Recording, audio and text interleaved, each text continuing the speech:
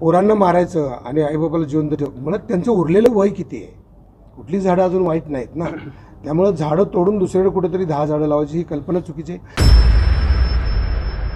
नाही, कुठल्याही साधू संतांचा आपण कसा अपमान करू? माणसांचा सुद्धा अपमान आपण करणार नाही. आपण जातीभेद मानत नाही, तर मग अशा साधू संतांचा आपण कशाला अपमान करू ना?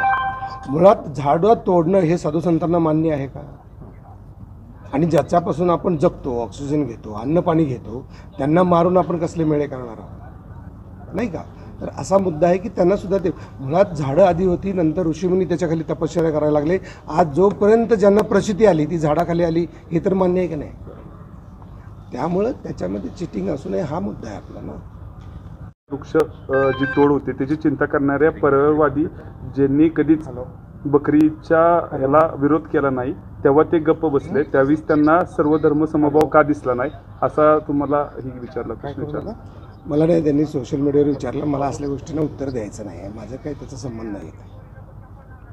सर, तुम्ही तपोवनसाठी जे काही तुम्ही भूमिका घेतली त्याच्यामध्ये किती झाडांच्या बद्दलची म्हणजे कुठली कुठली झाडं आहेत आणि ज्याच्यावर कुऱ्हाड पडू शकते असं तुम्हाला दिसतंय आणि त्याच्यामुळे तुम्ही हा विरोध करताय? काय देशी विदेशी हा मुद्दा जास्त काढता कामा नये. मॉनोटनी हा मुद्दा असतो.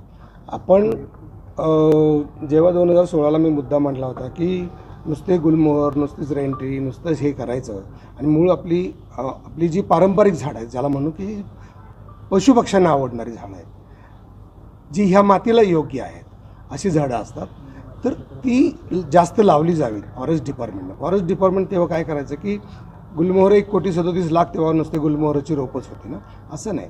तर त्या अर्थानं देशी विदेशीचा विचार करायला पाहिजे.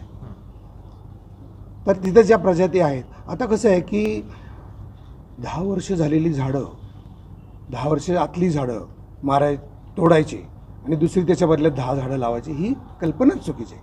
म्हणजे पोरांना मारायचं आणि आईबापाला जिवंत ठेव, मला त्यांचं उरलेलं वय किती आहे? कुठली झाडं अजून वाईट नाहीत ना. त्यामुळं झाडं तोडून दुसरीकडे कुठेतरी 10 झाडं लावायची ही कल्पना चुकीची आहे. त्यानंतर उजाड माळरानावरती खड्डे आता केले जात आहेत. ते उजाड माळरानावर झाडं का नाहीत? तर ते माती चांगली नाही, तिथलं पाणी चांगलं नाही, तर तिथं तुम्ही कशी लावणार आहात?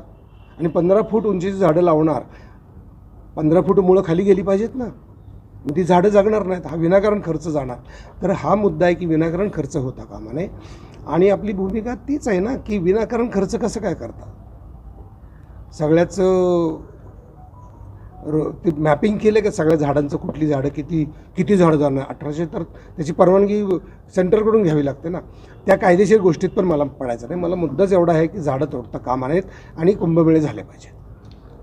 गिरीश महाजनांच्या बाबत पण ते म्हणत होते की रस्ता जरी बनवायचा झाला तरी अनेक झाडं अशी लावली जातात असं ते म्हणत होते. याबाबत आपण नाही, झाडं तोडून ट्रान्सप्लांटेशन सक्सेस रेट दाखवतं का कोणी? किती ठिकाणी सक्सेस रेट आहे? तो कागदोपत्री सक्सेस रेट असेल ना, प्रत्यक्षात हा सक्सेस रेट ही तपासण्याची गोष्ट आहे. सयाजी शिंदे चाय कंपनी आहेत. साधू संतांचा अपमान सहन करणार नाही, वृक्षतोड झालीच नाही, तुम्ही समाजाला आक्रमक करताय असं गुणवत्तेने तुम्हाला मीडियाला सतत आहे ना, हा काय म्हटला, तो काय म्हटला, मग आम्ही त्याच्यावर जाणार, आम्ही ह्याच्यावर जाणार आणि चॅनल चालले पाहिजेत का, ह्यासाठी असले प्रश्न असतात का? आपला मुद्दा काय? झाडं वाचली पाहिजेत. आपला मुद्दा काय? झाडं जास्त लागली पाहिजेत. हा कोण म्हटला आणि तो काय म्हटला याच्याचे काय घेणं ते नाही. माझा मुद्दा झाडाशी आहे आणि झाड हे आधी महत्त्वाचं आहे, त्यानंतर माणूस महत्त्वाचा आहे.